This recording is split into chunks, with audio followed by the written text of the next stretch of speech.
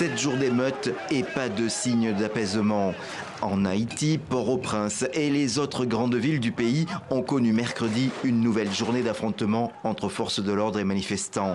Un jeune homme a été tué dans l'après-midi près de la présidence, ce qui porte à 7 morts au moins le nombre de victimes. Haïti est quasiment à l'arrêt.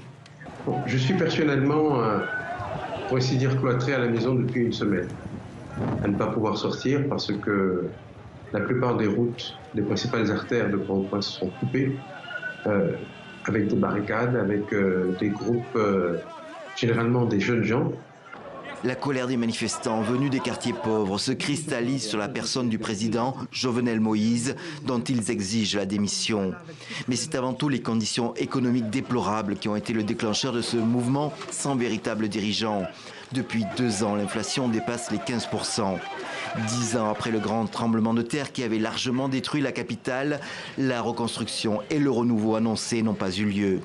Nous avons plutôt constaté un recul sur le plan économique, sur le plan social, avec une tension des écarts de richesse de plus en plus inquiétants. Tout cela fait que la situation était vraiment mûre pour ce genre de dénouement. La colère populaire a été également attisée par la publication d'un rapport de la Cour supérieure des comptes fin janvier. Celui-ci dénonce une gestion calamiteuse et les possibles détournements du fonds Petrocaribe, un programme d'aide offert à Haïti par le Venezuela.